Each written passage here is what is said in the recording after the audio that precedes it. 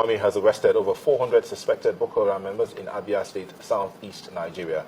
They were apprehended along the Enugu-Port Harcourt Expressway by soldiers attached to the 144 Battalion in Ukwa West local government area. The suspects, including 8 women, were traveling in 35 buses, 2 of which escaped with their occupant.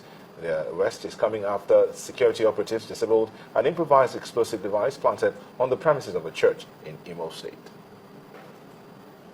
Some of them are between the ages of some 16 years, between 16 and 25, 30, some much less.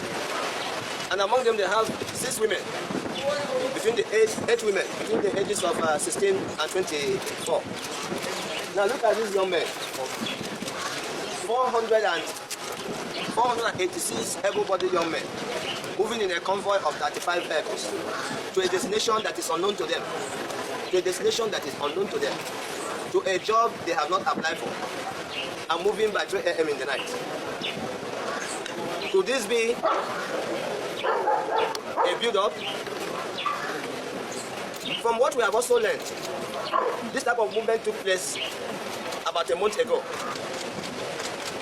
The security agencies there have been informed, and I'm sure they're making frantic effort to see whether they can locate those people. So Nigerians, gentlemen of the press, this is what we have in our hands. Wonders shall never end. Honestly, guys, when I heard about this thing, I was just skeptical because this thing did not even go viral.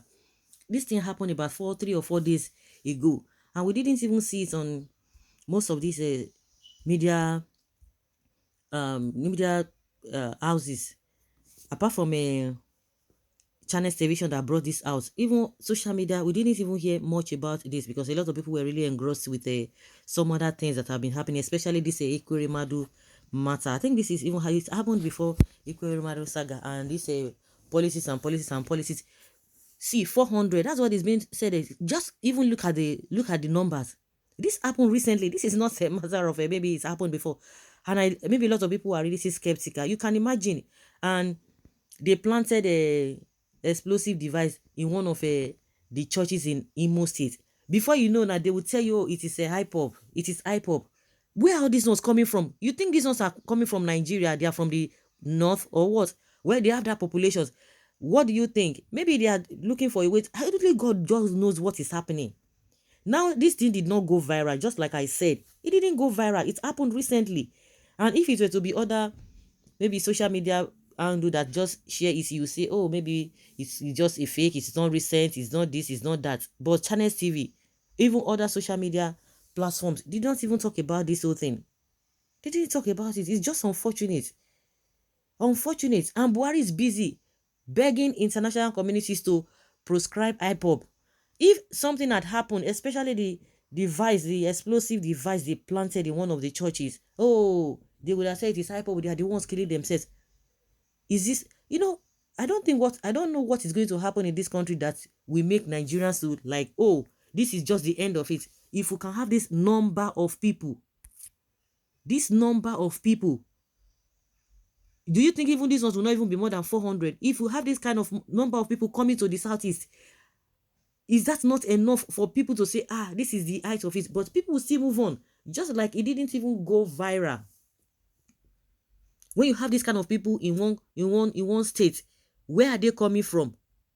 They were intercepted. Where were they coming from? That is the question we are asking. And this whole thing will be swept under the carpet. We saw what happened in Ondo recently. Oh, you don't even talk about Kaduna State because it is a normal thing. It's a normal thing. People are used to that. Even the government is just like, okay, if it has happened, nothing we have, we can't do much or more than what we can do. But people will still go back. They will just talk and they will forget it. Another one will still happen. There's nothing we can do about it.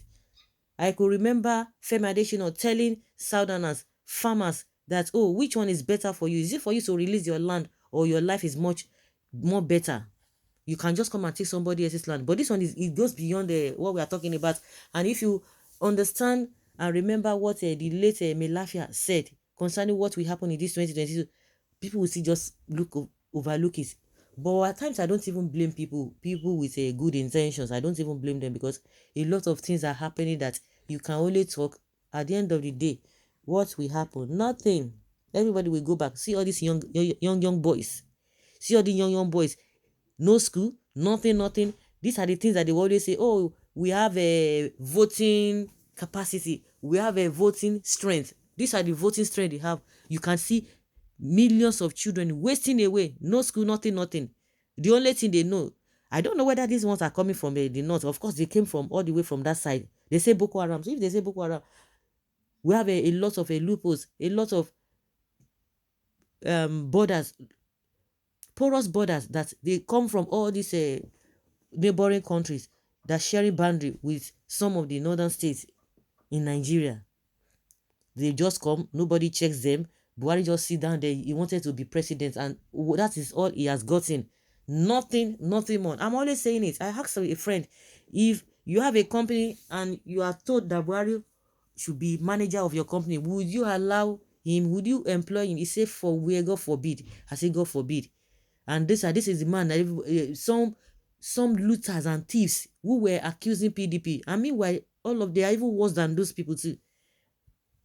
This is the man that Oshibajo is deputizing. And he said, I will do anything. I will be loyal to him. You see, no integrity, no class. No class, no class for these people. This is the same man is deputizing. And now we are going to have another worst one. If you like, don't say it. Or if you like, say you are a Yoruba person, go and be supporting them. At the end of the day, are you not suffering? Are you not suffering? No, tell me what you are enjoying. You will still come back. You'll be looking for those who are going to be giving giveaway. You'll be looking for who is going to borrow you money. You'll be looking for who is going to do this. Or you want to travel abroad to go and do what? Now you are still stay back and support your own person. Somebody who is not going to help you in any way. I always give you this analogy. When Lucky Benedion was there, because there's this rivalry between who is going to be a governor among they still have their own people from Isako, from Isan and whatever. Benin always like to okay, we are the more dominated people, always getting away with who is going to be governor. And a Benin man has always been governor in that state.